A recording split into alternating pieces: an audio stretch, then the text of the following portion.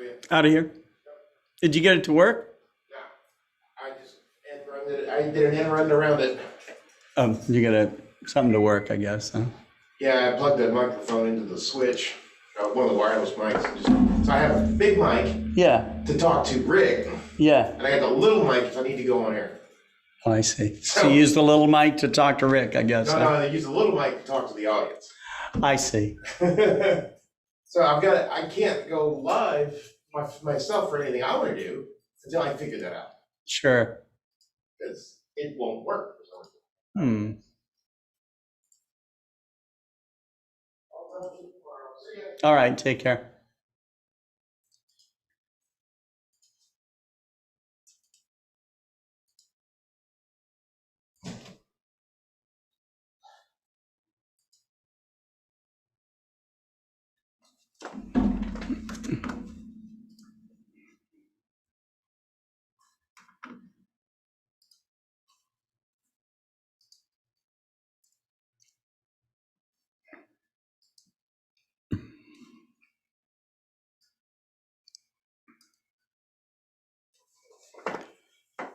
Okay.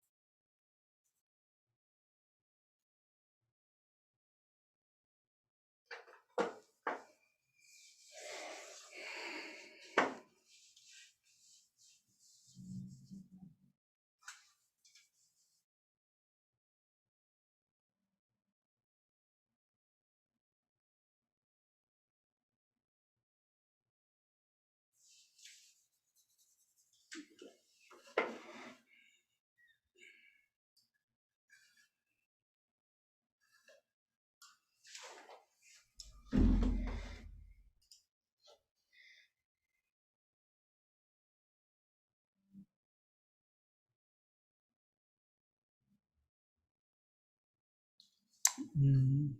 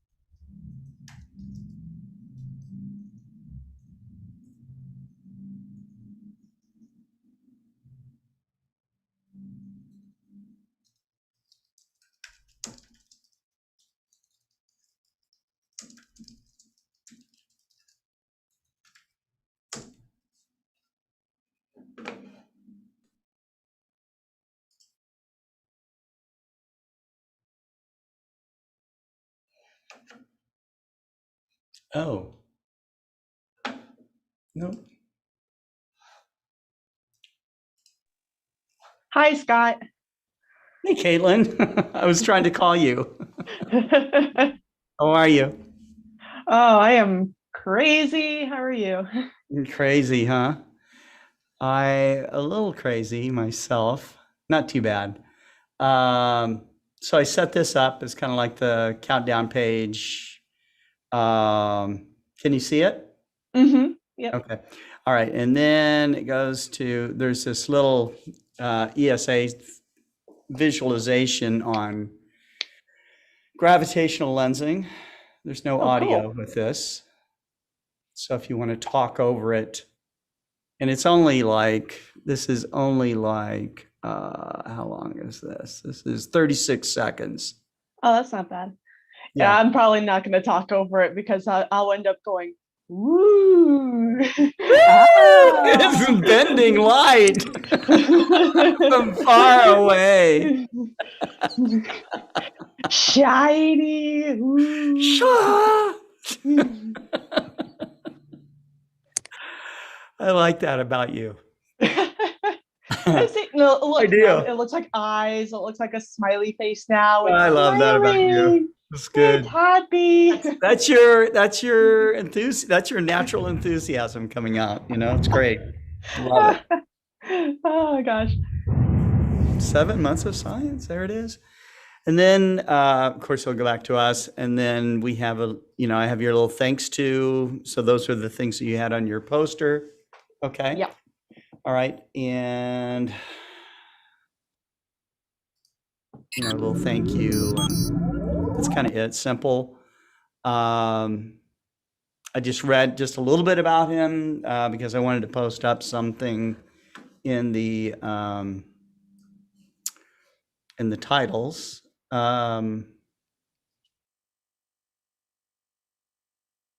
So I wrote, in the second install of 7 Months of Science, Dr. Caitlin Ahrens presents Dr. Tim Hamilton, Director of Clark Planetarium and Professor of Physics at Shawnee State University. He'll discuss how astronomers can use gravitational lenses to probe the early universe. That's it. Simple. Yep. Anything Sounds else great. you'd like for me to add, or? Nope. I figured Tim can just kind of go right into it of like, Okay. hey, this is like all the cool stuff of astronomy. And it's just like, woo. So what have you been working on? Oh, geez, it's been crazy busy here, especially with the Venus missions being announced. All right. So if you ever want to do like a quick alliance chat about the Venus missions, I'm happy to chat Venus. All right, we'll have you on like on one of the other daily shows, and you can be at the beginning of it, and we can just talk a little bit about that. That's awesome. Yeah, I'm so excited about the Venus missions, and the European Space Agency just announced their Venus mission. So 3 Venus missions. Yay! That's right. You're working on that Venus mission, Caitlin? I am not specifically, but I will be collaborating on some Venus papers coming up. So I have to switch my brain to the extremes now between Pluto and Venus. Yeah, now you get your fire stuff there, huh? Yeah, truly. I mean, I'm now in the throes of Game of Thrones of planetary science now. Like, oh goodness gracious, it's gonna get interesting. But I have some friends who want to do some like volcanism stuff on Venus, and they know I love volcanism, so they're like, Caitlin, we're gonna rope you into Venus whether you like it or not. Yeah. Like, okay, why not? I'm still thinking of volcanism. I really want to learn more about what's on Venus. Triton. Oh yeah. They did find cryovolcanoes erupting during Voyager, didn't they? Like itty bitty geysers, but yeah. Yeah, okay, but I mean, they were seeing dark plumes come up and then get caught in the wind at altitudes. I mean, you've got atmospheric effects going on there, which you don't see on, I don't know, like Io or something like that.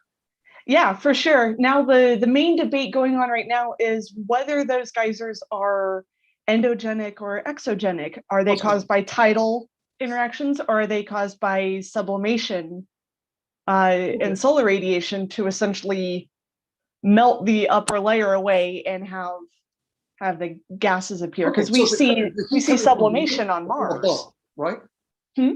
So the question is the heat coming from beneath or from above? Is that it? Right. Mm-hmm. Okay.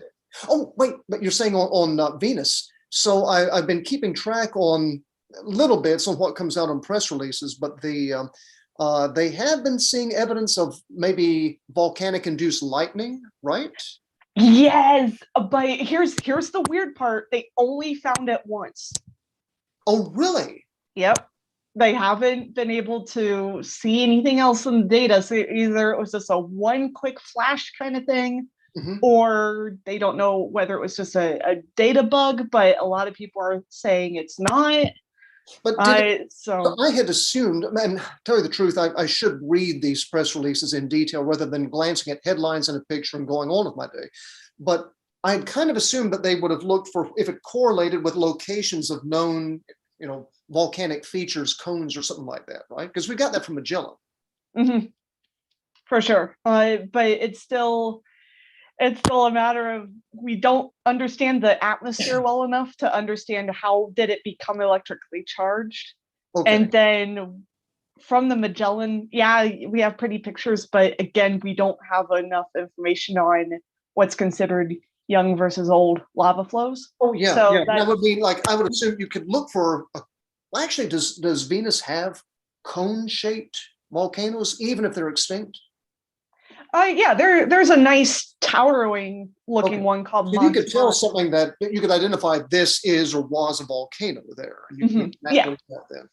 Yeah, by all means, we definitely have volcanic maps on Venus. It's just, are they still active? That's one of the main questions for at least all of the all of the Venus missions coming up. Is just like volcanism question mark? But then I believe Veritas does more atmosphere dynamics. Da Vinci would do more of the geology part. Envision. I think Envision and Veritas are going to be playing a lot with each other. So Which one's the ESA one? Envision. Envision. Okay. Yep. Veritas is going to screw me up because there's the Veritas high energy telescope, which Oh no. let me think. I'm trying to think of it's like terahertz or tera electron volt. It's like super high gamma rays. And Oh my gosh. they also, this is one which I think it's using the atmosphere as the detector. So you get a gamma ray coming in. I think this is how this one works. I know one of them does. Gamma ray comes into the atmosphere and it makes a shower and it sees the glow from that. It may be the Cherenkov. No, that would be from particles though. There's one of them that looks for Cherenkov radiation in the atmosphere. And so you see a streak, little blue, very faint, but little blue streaks from relativistic particles coming into the atmosphere. Oh, maybe that's it. Maybe because the gamma ray comes in, hits a molecule in the atmosphere or an atom, then releases a high energy particle that produces Cherenkov radiation that makes a blue glow. Then it sees that thing and can reconstruct the path coming back in. Oh wow. But it's the gamma ray guys have just weird kinds of technology. It's fantastic looking. Yeah. And I do some of these NASA proposal reviews for high energy, which I don't do any in, but maybe that's why I'm never conflicted on anything. So, but I just don't, I don't know as much of this stuff. But anyway, Veritas is one of these, and there's really cool technology. Oh yeah, but that's definitely gonna mess you up every time you have to Google something out of Veritas. It's gonna constantly pop up with astronomy Venus. things called Veritas. And actually, well, Scott's got neat stuff in his background. I need to put something in my background. Yeah, put a planet or something.